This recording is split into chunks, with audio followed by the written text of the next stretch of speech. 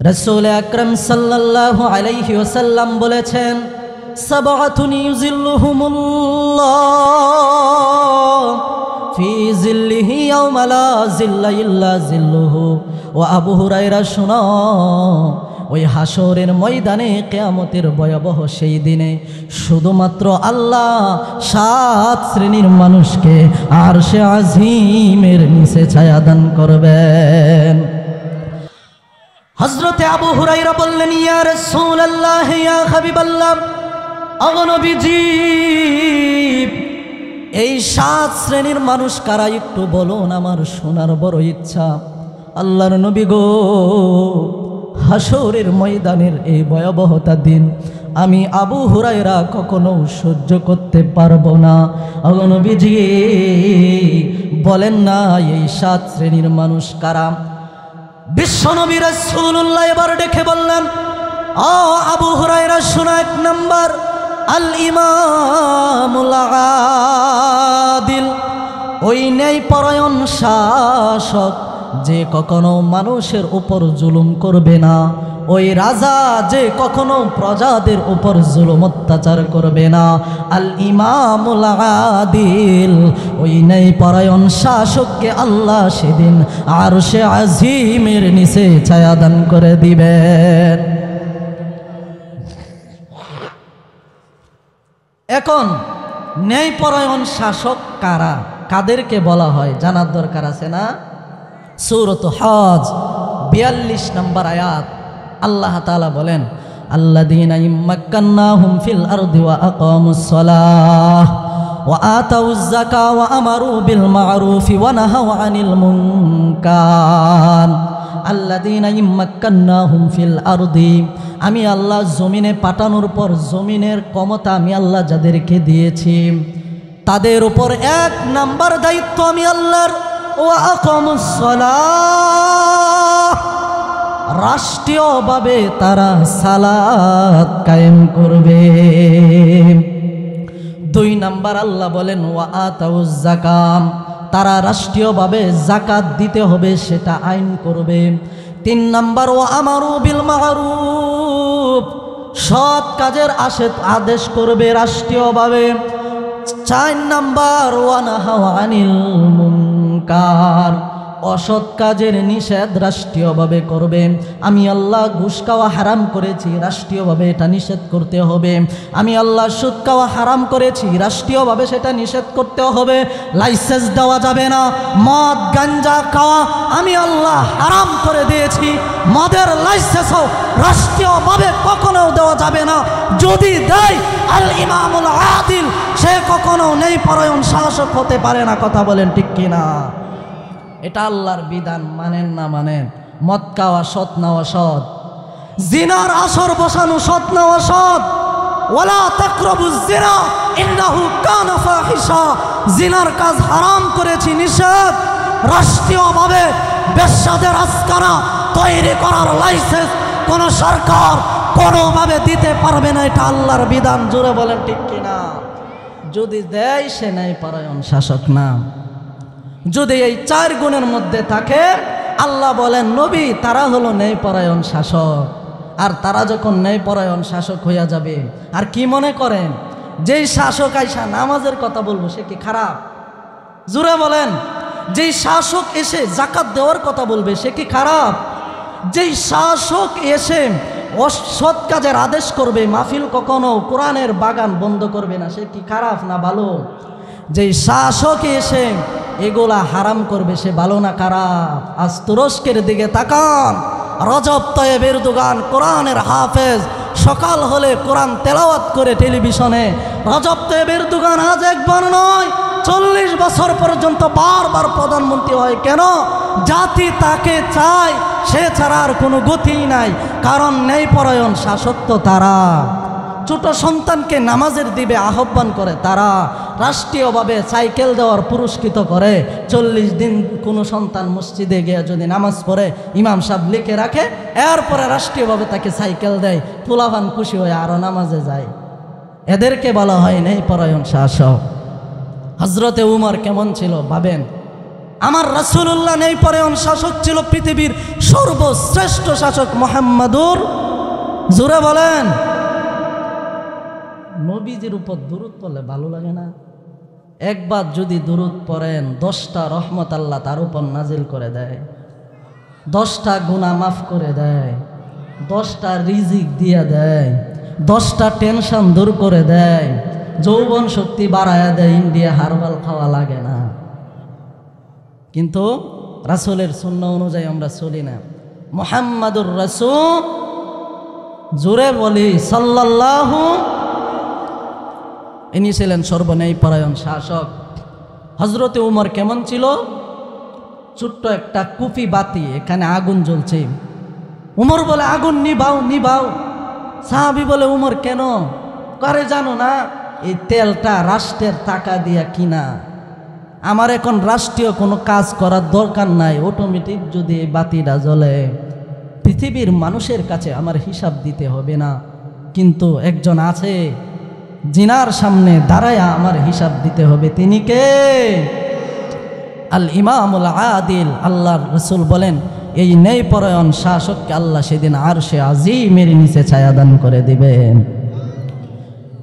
2 নম্বর রাসূল আকরাম সাল্লাল্লাহু আলাইহি ওয়াসাল্লাম বলেন ওয়াশাবুন নাশাই ফি ইবাদাতি রাব্বি। ওই যুবক, যে যুবক তার যৌবনকালটা তার রবের ইবাদতে কাটিয়েছে, আল্লাহর নবী বলেন এই যুবককেও আল্লাহ আরশে আজিমের নিচে ছায়াদান করে দিবেন।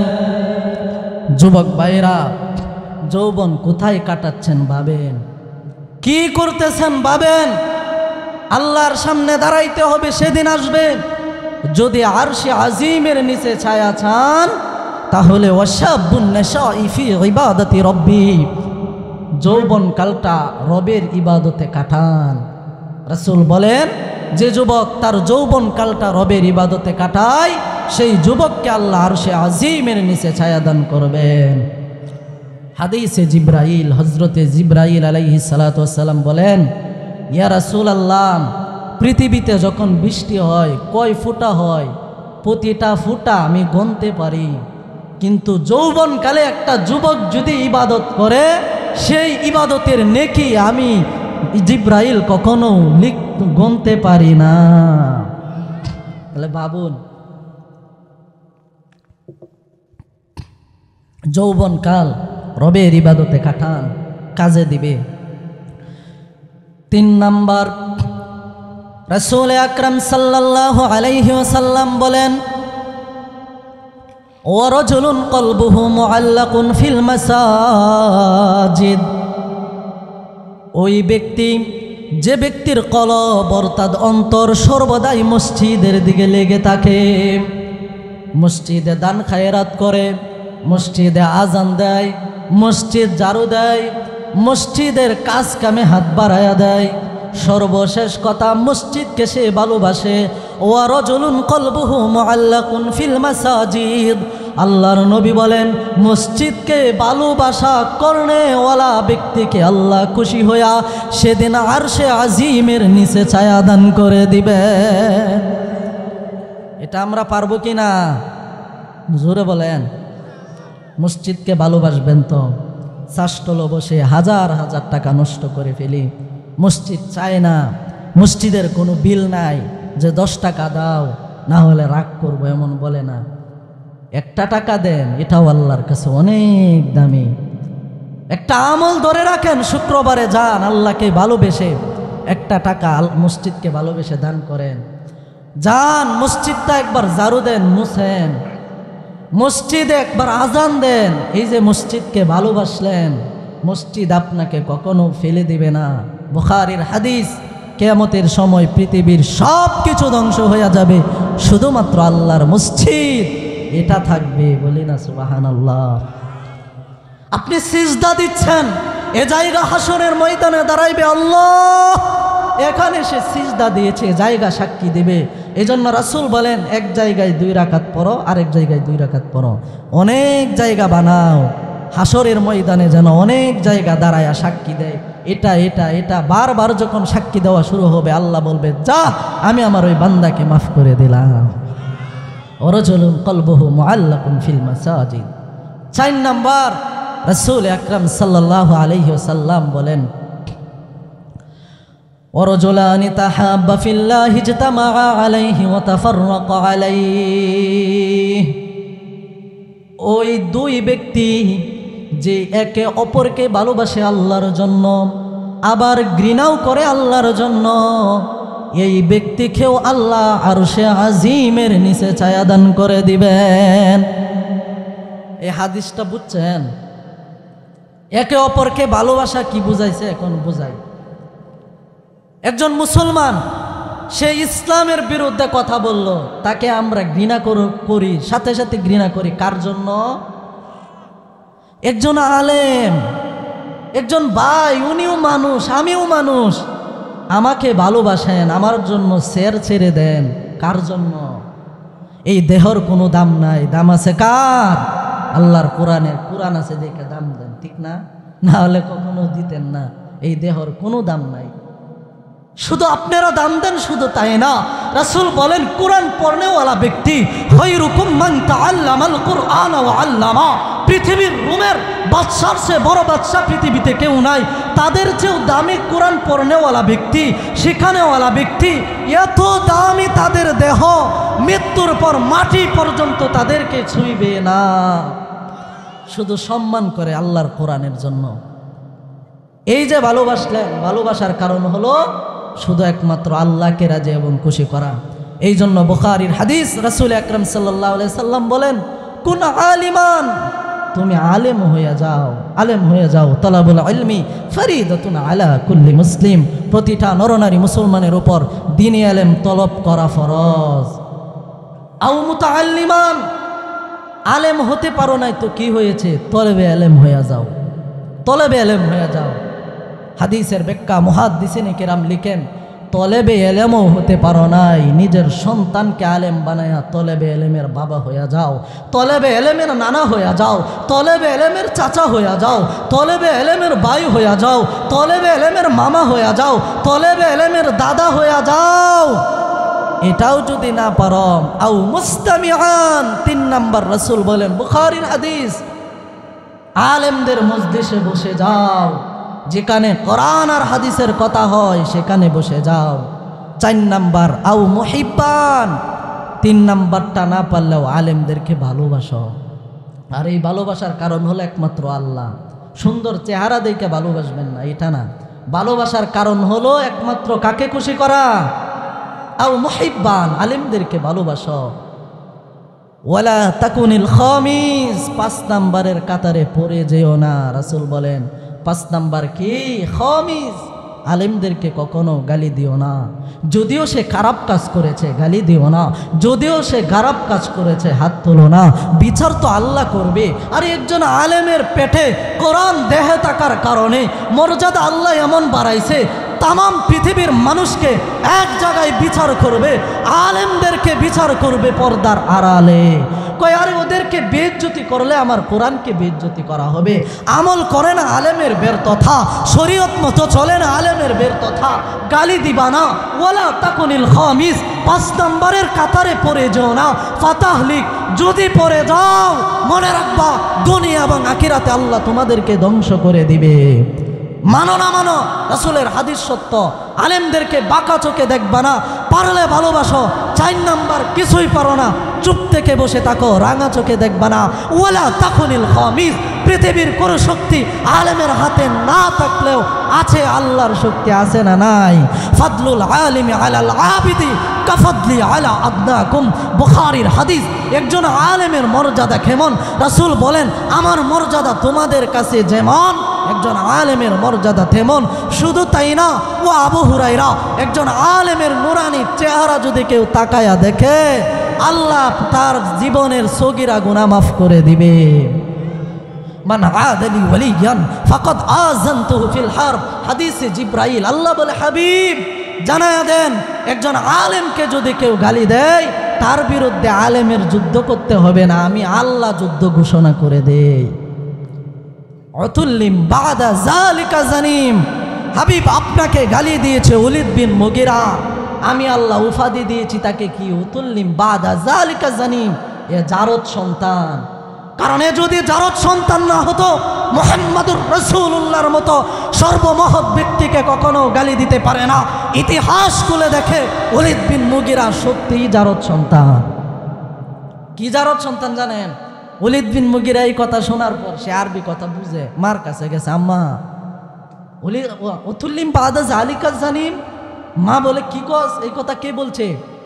এই কথা একজন ব্যক্তি ছাড়া আর কেউ জানে না। মুহাম্মদ কই মুহাম্মদই তো বলছে। কই তাহলে কি সত্য? কয় হ, বিয়া করার পরে তোর মা তোর বাবা আমাকে রেখে সিরিয়াতে ব্যবসা করার জন্য চলে যায়, আমার যৌবন এত পর্যায়ে চলে আসে আমি আর থাকতে পারি না, তোর চাচার সাথে গিয়া থাকলাম, এরপরে যেইটাই সেইটাই তুই বুঝছেন না? তাহলে জারদ সন্তান ঠিক আছে কিনা আল্লাহ জানে কিনা? আল্লাহ জানে দেখেই বলছে সত্যি জারদ সন্তান। তাফসিরে মাজহারিতে দেখবেন এটার ব্যাখ্যায় আল্লামা কাজী সানাউল্লাহ পানিপতি রহমতুল্লাহ আলাইহি লিখেন, তাফসিরে মাজহারির ব্যাখ্যা একই, তাফসিরে নূরুল কোরআন ব্যাখ্যা একই, যেটা তাফসিরে জালালাইনে পড়ানো হয় একই, সব হাদিসের ব্যাখ্যা একই। ইবনে সিরিন বলেন, তাফসিরে ইবনে কাসির সব একই। কি? কিয়ামত পর্যন্ত আলাইকুম বিমুজালাসাতিল উলামা, ইন্নাল উলামা ওয়ারাসাতুল আম্বিয়া, নবীর ওয়ারিস উলামায়ে কেরাম। একটা আলেমকে যে গালি দিবে কিয়ামত পর্যন্ত সেও থাকবে জারদ সন্তান হিসেবে। কথা বলেন ঠিক কিনা?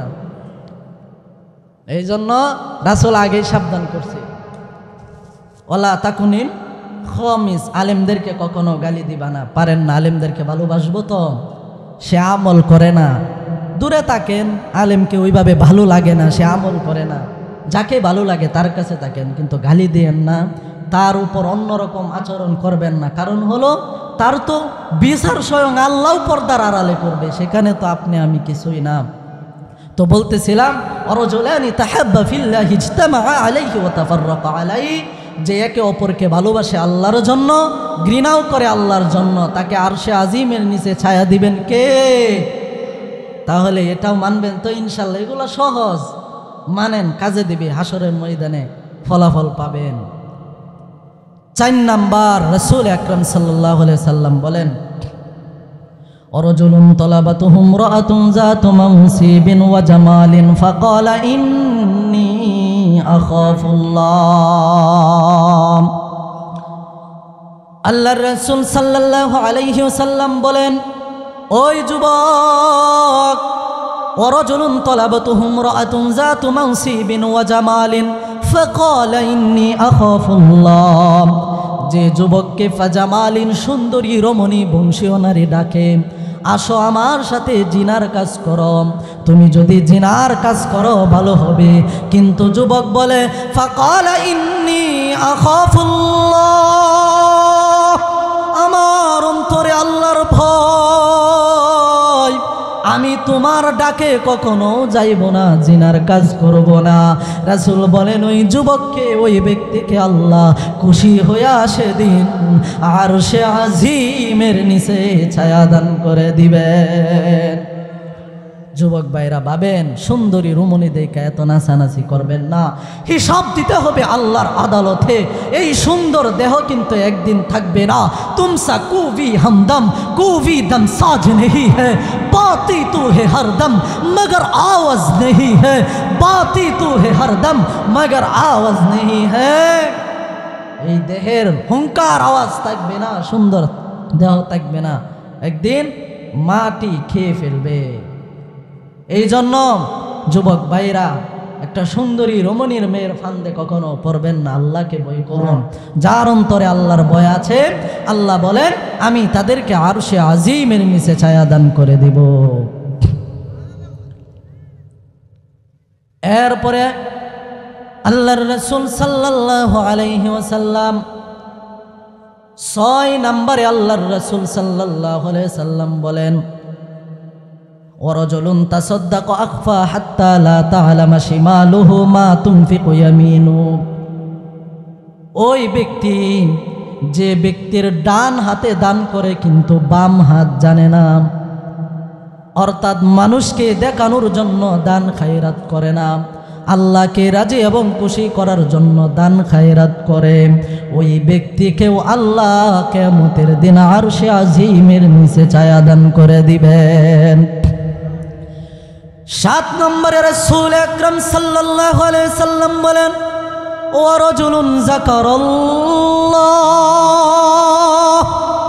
খালিয়ান ফাফাদাত আইনা, ওই জিকির করনেওয়ালা ব্যক্তি, যেই জিকির করনেওয়ালা ব্যক্তি নীরবে বসে আল্লাহর জিকির করে আর দু চোখে অশ্রু জড়ায়, এই জিকির করনেওয়ালা ব্যক্তিকে আল্লাহ আরশে আজিমের নিচে ছায়া দান করে দিবেন।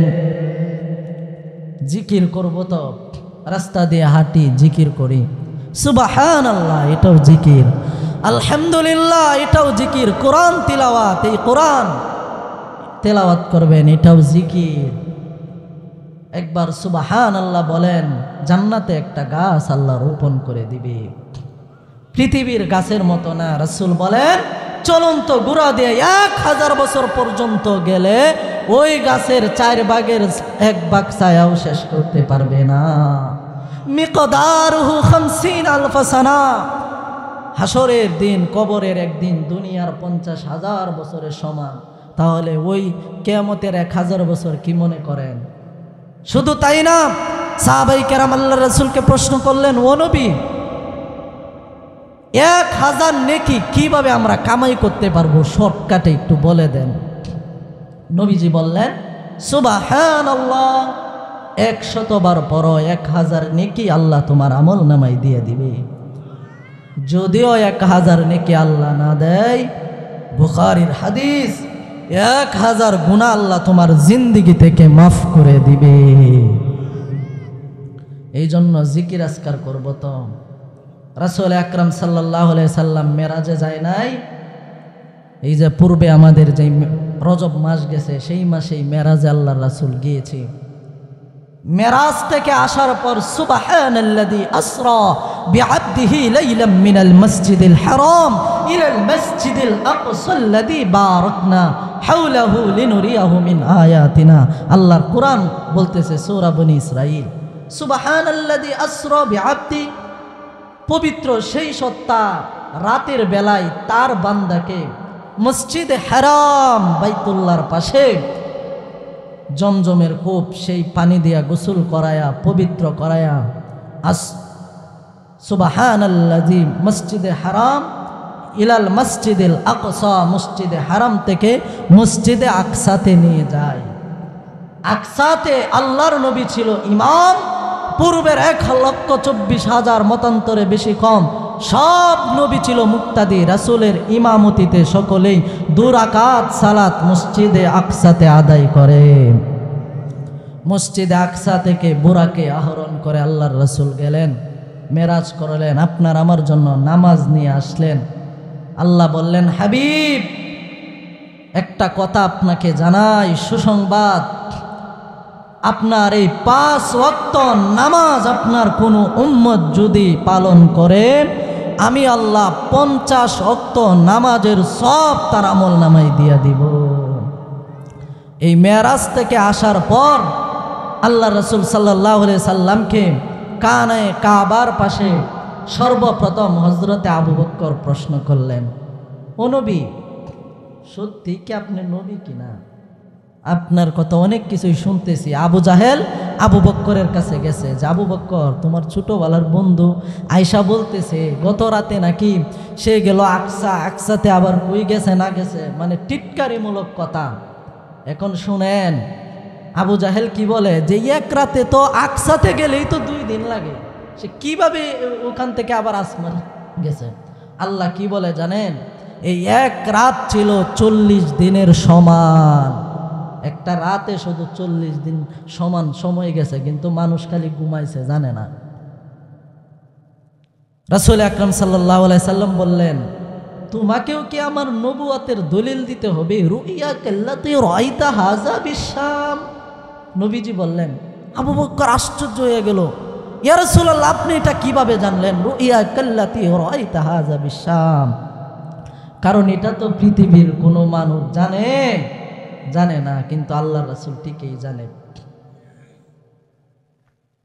এখন শামের ঘটনাটা কি জানার দরকার আছে না?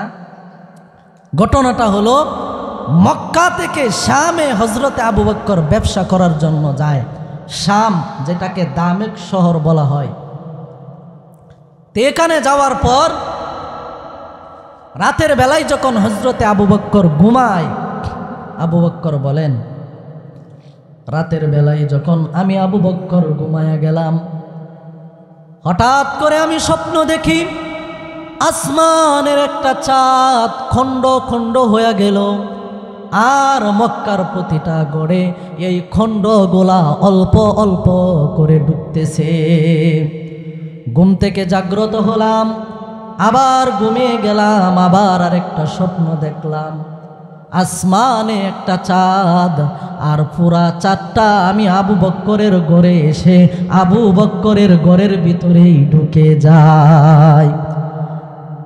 সিদ্দিক আকবর বিশ্বনবীর সাহাবী হযরতে আবু বকর আশ্চর্য হয়ে গেল।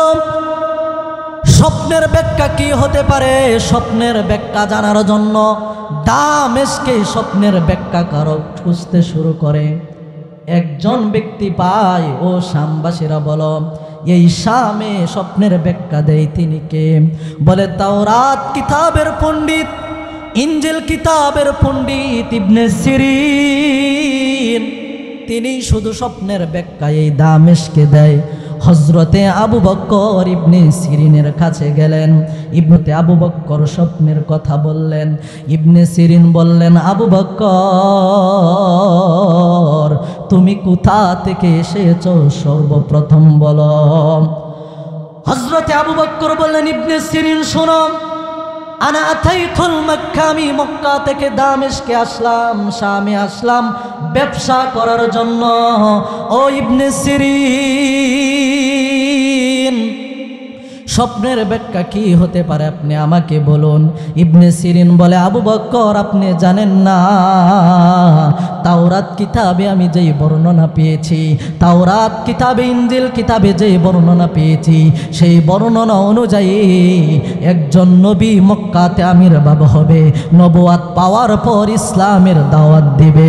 স্বপ্নের ব্যাখ্যা হলো ইসলামের দাওয়াত দেওয়ার পর মক্কার প্রতিটা ঘরে অল্প অল্প করে দাওয়াত প্রবেশ করবে। কিন্তু আবু বকর উনি যখন ইসলামের দাওয়াত মক্কাতে দিবে, তোমার ঘরে আল্লাহ পুরাটাই ঢুকায়া দিবে।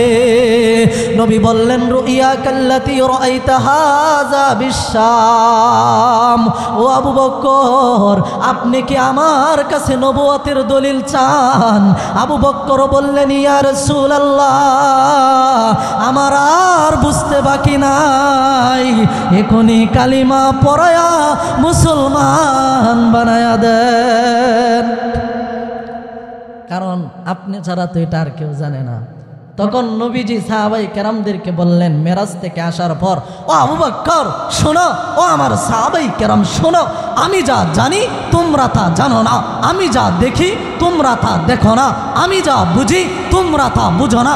আমি যখন মেরাজে গেলাম, আহরণ করলাম, এরপরে প্রথম আসমান, দ্বিতীয় আসমান, এভাবে মহা আসমানে যখন অবতরণ করলাম, মহা আসমানে গিয়ে দেখি এক সুতা পরিমাণ জায়গা ফাঁকা নাই, আল্লাহর ফেরেশতায় ভরপুর, আর তারা সর্বদাই আল্লাহর জিকিরে মশগুল। এ কথা ১৫০০ বছর আগে আল্লাহর রাসূল বলেছেন। আজ ১৫০০ বছর পর সেটা বাস্তবায়ন করে নাই নাসা সংস্থা। কি বলে জানেন? নাসা সংস্থা বলে, আমাদের স্যাটেলাইট আজ যখন মহাকাশে অবতরণ করলাম, এরপরে একটা আওয়াজ আমরা রেকর্ড করলাম, যে আওয়াজটা হলো মিলিয়ন মিলিয়ন মানুষ একসাথে কথা বললে যে আওয়াজ, সে আওয়াজ। আর এটা তো দুনিয়ার কোনো মানুষের আওয়াজ না, এটা হলো সে আওয়াজ 1500 বছর আগে মেরাজে গিয়ে আল্লাহর রাসূল ফেরেশতাদের যেই জিকিরের আওয়াজ শুনেছে, আজ 1500 বছর পর সায়েন্স নাসা সংস্থা সেটা বাস্তবায়ন করেছে। কিন্তু আমার রাসূল তো নাসা সংস্থার চেয়েও বিজ্ঞানীদের বিজ্ঞান যা 1500 বছর আগে প্রকাশ করে গেছে। কথা বলেন ঠিক কিনা? এই জন্য আল্লাহ তাআলা বললেন এবং রাসূল আকরাম সাল্লাল্লাহু আলাইহি সাল্লাম বলেন, ওয়ারাজুলুন যাকারাল্লাহ, তোমরা আল্লাহর জিকির সর্বদাই করো। ফেরেশতারা আল্লাহকে সিজদা দেয়, ফেরেশতারা আল্লাহর জিকির করে, তোমরা কেন করবা না? যদি করো আল্লাহ কিয়ামতের দিন তোমাদেরকে আরশে আজিমের নিচে ছায়া দান করে দিবেন। এই কিয়ামতের দিন 7 শ্রেণীর মানুষকে আল্লাহ আরশে আজিমের নিচে ছায়া দিবে। আর 3 শ্রেণীর মানুষ আছে, এই 3 শ্রেণীর মানুষের দিকে কিয়ামতের দিন আল্লাহ তাকাবেন না, আল্লাহ ওদের সাথে কথাও বলবেন না, আল্লাহ ওদেরকে সেদিন পবিত্রও করবে না, অপবিত্র অবস্থায় জাহান্নামে নিক্ষেপ করবে। জবান খুলে বলি নাউজুবিল্লাহ। এই 3 শ্রেণীর মানুষ থেকে আপনার আমার বাঁচতে হবে। কারণ আল্লাহ যদি আমার সাথে কথা না বলে, এরতে ব্যর্থতার জীবন আর আছে? আল্লাহ যদি আমার ছায়াটাও না দেখে, এরতে ব্যর্থ জীবন নাই। সেদিন যদি আল্লাহ পবিত্রও না করে, ব্যর্থ জীবন নাই। হাদিস সহিহ মুসলিম 196 নম্বর হাদিস, রাসূল আকরাম সাল্লাল্লাহু আলাইহি সাল্লাম বলেন, আন আবি হুরায়রা রাদিয়াল্লাহু তাআলা আনহুমা قال قال رسول الله صلى الله عليه وسلم, হযরতে আবু হুরায়রা রাদিয়াল্লাহু তাআলা আনহু বর্ণনা করেন, রাসূল আকরাম সাল্লাল্লাহু আলাইহি ওয়াসাল্লাম বলেছেন, সালাসাতু লা ইউকাল্লিমুহুমুল্লাহু ইয়াওমাল কিয়ামা ওয়া লা ইউযাক্কিহিম ওয়া লা ইয়ানজুরু ইলাইহিম ওয়া লাহুম আযাবুন আলীম। আল্লাহর রাসূল বলেছেন, কিয়ামতের ময়দানে আল্লাহ 3 শ্রেণীর মানুষের সাথে আল্লাহ কথা বলবে না, 3 শ্রেণীর মানুষের দিকে আল্লাহ মুখ ফিরাবে না, 3 শ্রেণীর মানুষকে আল্লাহ পবিত্র করবেন না। ওয়ালিল্লাযীনা কাফারু বিরাব্বিহিম আযাবু জাহান্নাম, ও পবিত্র অবস্থায় আল্লাহ তাদেরকে জাহান্নামের আগুনে নিক্ষেপ করবে। 1 নাম্বার আল্লাহর নবী বলেন, শাইখুন জানিন। ও আবু হুরায়রা শোনো, 1 নাম্বার ওই বৃদ্ধ, যেই বৃদ্ধ অবস্থায় জিনা করে, বেবিচারিনী করে, ওই বৃদ্ধর দিকে কিয়ামতের ময়দানে আল্লাহ তাকাবেন না। ওই বৃদ্ধর সাথে কিয়ামতের দিন রব্বে কারীম কথা বলবেন না। ওই বৃদ্ধকে কিয়ামতের দিন আল্লাহ পবিত্র করবেন না। ওয়ালিল্লাযীনা কাফারু বিরাব্বিহিম আযাবু জাহান্নাম, অপবিত্র অবস্থায় এই বৃদ্ধকে আল্লাহ জাহান্নামের আগুনে নিক্ষেপ করবে। জবান খুলে বলি নাউজুবিল্লাহ। শাইখুন জানিন, 1 নাম্বার ওই বৃদ্ধ, যে বৃদ্ধ অবস্থায় জিনা করে, বেবিচারি করে, সেই বৃদ্ধর দিকে কিয়ামতের দিন আল্লাহ তাকাবেন না, তাকে পবিত্রও করবেন না, তার সাথে আল্লাহ কথাও বলবেন না। অপবিত্র অবস্থায় জাহান্নামের আগুনে আল্লাহ নিক্ষেপ করবে। 2 নাম্বার আল্লাহর নবী বলেন, ওয়া মালিকুন কাজ্জাব, অত্যাচারী শাসক, যেই শাসক মানুষের উপর জুলুম করবে, নবী বলেন ওই শাসকের দিকে আল্লাহ কিয়ামতের দিন তাকাবেন না, ওই শাসকের সাথে আল্লাহ কিয়ামতের দিন কথা বলবেন না, ওই শাসককে আল্লাহ কিয়ামতের দিন পবিত্র করবেন না। ওয়ালিল্লাযীনা কাফারু বিরাব্বিহিম আযাবু জাহান্নাম, অপবিত্র অবস্থায় আল্লাহ ওই শাসককে জাহান্নামের আগুনে নিক্ষেপ করবে। 3 নাম্বার আল্লাহর নবী বলেন, ওয়াইলুন মুস্তাকবির। ও আবু হুরায়রা শোনো, সাবধান, অহংকারী দাম্ভিক ব্যক্তির দিকেও আল্লাহ কিয়ামতের দিন তাকাবেন না। আপনার টাকা আছে, একজন দরিদ্র ব্যক্তিকে দেখলে অবহেলা করা যাবে? অহংকারের ভাব শরীরে কখনো আনা যাবে না। কারণ রাসূল আকরাম সাল্লাল্লাহু আলাইহি সাল্লাম বলেন, 1 অনুপরিমাণ অহংকার নিয়ে যদি কেউ কবরে প্রবেশ করে, দুপাশের মাটি এমন চাপ দিবে 1 হাজরের বার অন্য হাজরের সাথে মিশিয়ে ফেলবে। নবীজির বিখ্যাত সাহাবী হযরতে আবু হুরায়রা বললেন, ইয়া রাসূলুল্লাহ, এখনো বলতে কি বোঝানো হয়েছে? নবীজি বললেন, ছোট্ট একটা পেয়ালাত করে পানি নিয়ে আসো।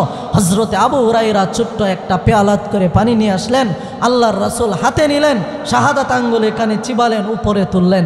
এরপরে বললেন, আবু হুরায়রা বলো, এখানে কতটুকু পানি লেগে আছে? কয়, হালকা অল্প। রাসূল বলেন, এই অল্প পরিমাণ ওয়াগাইলুন মুস্তাকবির, এমন হালকাকে বলা হয়েছে অনু। এর অনু পরিমাণ অহংকার নিয়ে যদি কেউ কবরে আসে, গুনাহ নিয়ে আসে, ওয়া ইয়ামাল মিসকালে যাররাতিন শাররান ইয়ারা, দুই পাশের মাটি এমন চাপ দিবে, এক হাজরের পার অন্য হাজরের সাথে মিশিয়ে ফেলবে। শুধু তাই না, ওয়াগাইলুন মুস্তাকবির, এক অনুপরিমাণ অহংকার নিয়ে আসার কারণে আল্লাহ তাআলা এই অহংকারী ব্যক্তির দিকে কিয়ামতের দিন তাকাবেন না, কথা বলবেন না, পবিত্র করবেন না। ওয়ালিল্লাযিনা কাফারু বিরাব্বিহিম আযাবু জাহান্নাম, অপবিত্র অবস্থায় আল্লাহ তাকে জাহান্নামের আগুনে নিক্ষেপ করবে।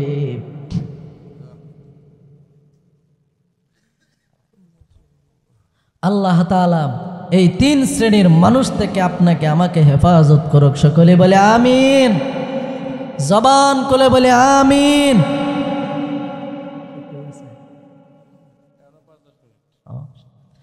তো আপনাদের সামনে কোরআনুল কারীম তিলাওয়াত করলাম। এই কোরআনের মর্যাদা আছে না?